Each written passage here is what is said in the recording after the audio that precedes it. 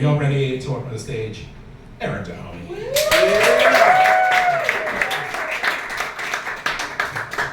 Thank you, Tom. Guys, give it up for your host and everybody you've seen. Love the jabroni bit, especially because I'm Erin Downey. I'm really happy to be here. I was leaving my apartment today. I did a little check in the mirror and I was like, here we go. You look like Steve Irwin if he was hunting self-worth instead of crocodiles. I'm gonna get it someday. People mispronounce my last name when they see it on paper. I don't mind when they do. I've gotten Doheny, Dohaney, Donahue. The worst that a guy ever messed up saying my last name, he pronounced it Aaron. I think we should break up. I was like, that's not how you say it. How embarrassing for you. Make some noise if you've ever been broken up with. Anybody ever been broken up with? Listen, I think that you can get two really important things out of being dumped. One, little, clarity, reflection. You can take a good look at yourself, what went wrong, what went right, what do I want out of a relationship. Second thing you get, you can relate to a lot more music. This also happens, every sad song, all of a sudden it just, it stings, really cuts to the core, it's speaking directly to you. I got dumped for the first time, and then immediately after, I was like, Annie, it is a hard knock life.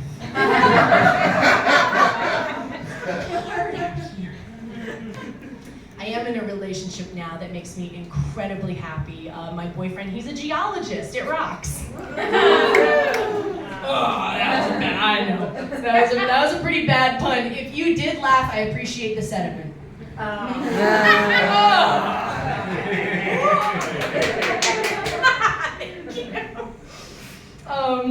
No, it's fun, we get along. He's a real cutie patootie.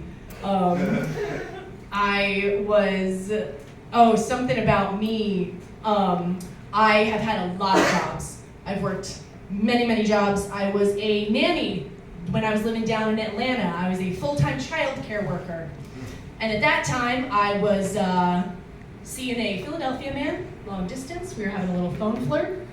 And he was talking to me, and he asked, and he had a very strong Philadelphia accent. Let me lead with this, very strong Delco accent. And he said, so you're telling me that you're in people's homes around married couples, taking care of their kids, while you've got that home wrecker body.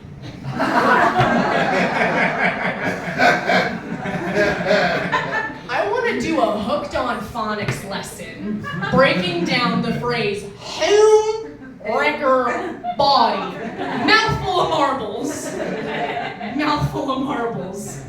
And I was so torn at that comment because one side of me was just like, how dare you reduce my job, my calling, to a stereotype about the nanny breaking up a marriage, and then the other side of me was like, really?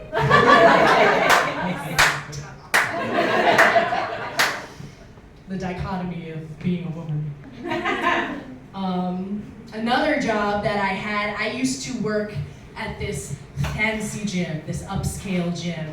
Aaron, what gym? Shut up, narc. That's the name of the gym. Just let me tell my jokes.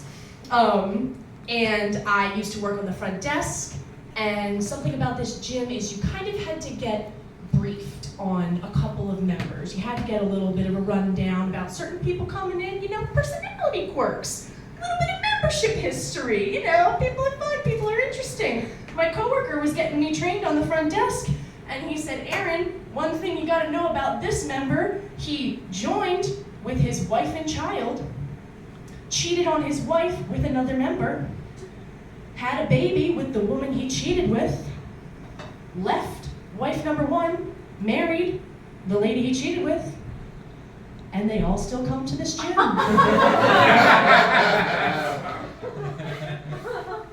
Can you imagine if Planet Fitness marketed itself that way? And it was just like Planet Fitness, gym so good, you'll face the family you abandoned. I was processing that information. I was like, that's a lot of monthly dues. That's an expensive lifestyle. That guy's on the broken family plan.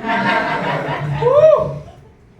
I would get stressed out at that gym. I really would, because you know when you see somebody using a piece of equipment wrong and you're afraid that they're gonna hurt themselves and you're just very stressed out seeing them go about their business. I saw somebody who was on a treadmill and they put their water bottle in the place where you keep your Pringles.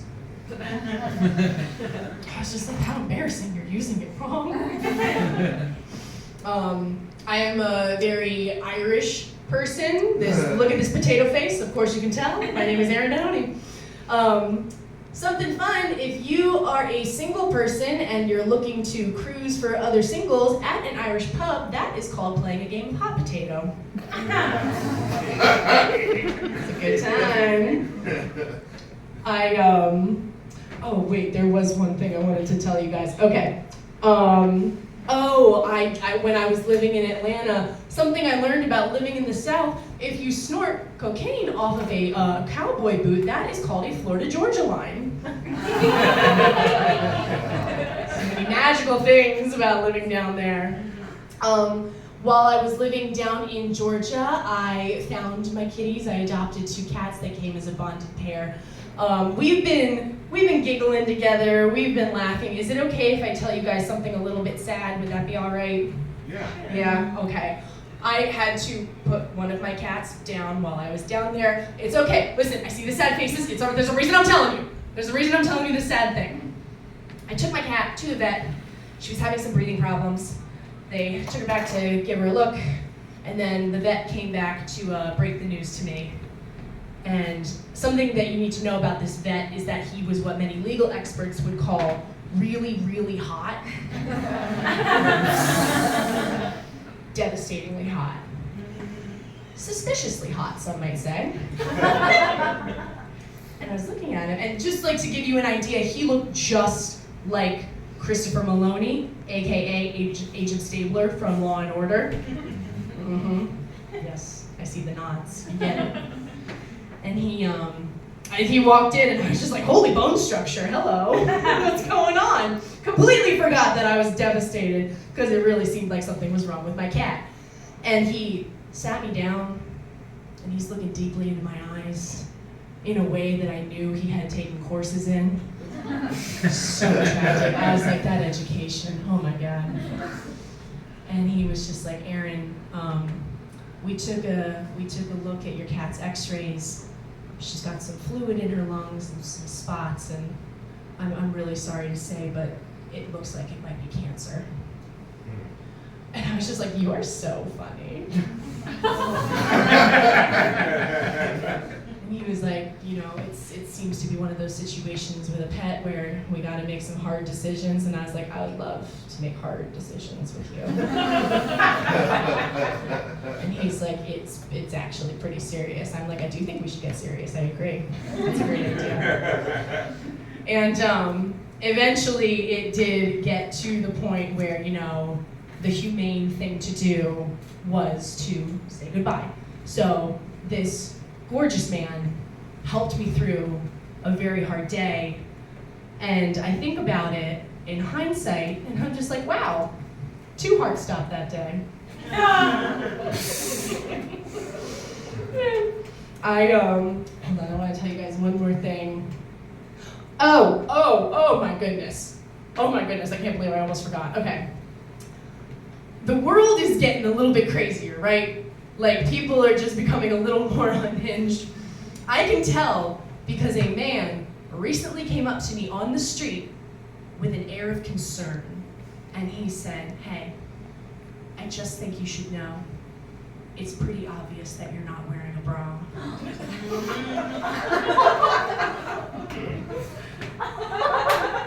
And there's like a 7-layer dip of stuff to unpack there. And I looked at him and I was just like, oh my goodness, I was about to say the same thing to you. Because this man had nipples like the eyes of the Mona Lisa. No matter where I stood in the room, they followed me. You guys have been a lot of fun. Thank you so much for listening. My name is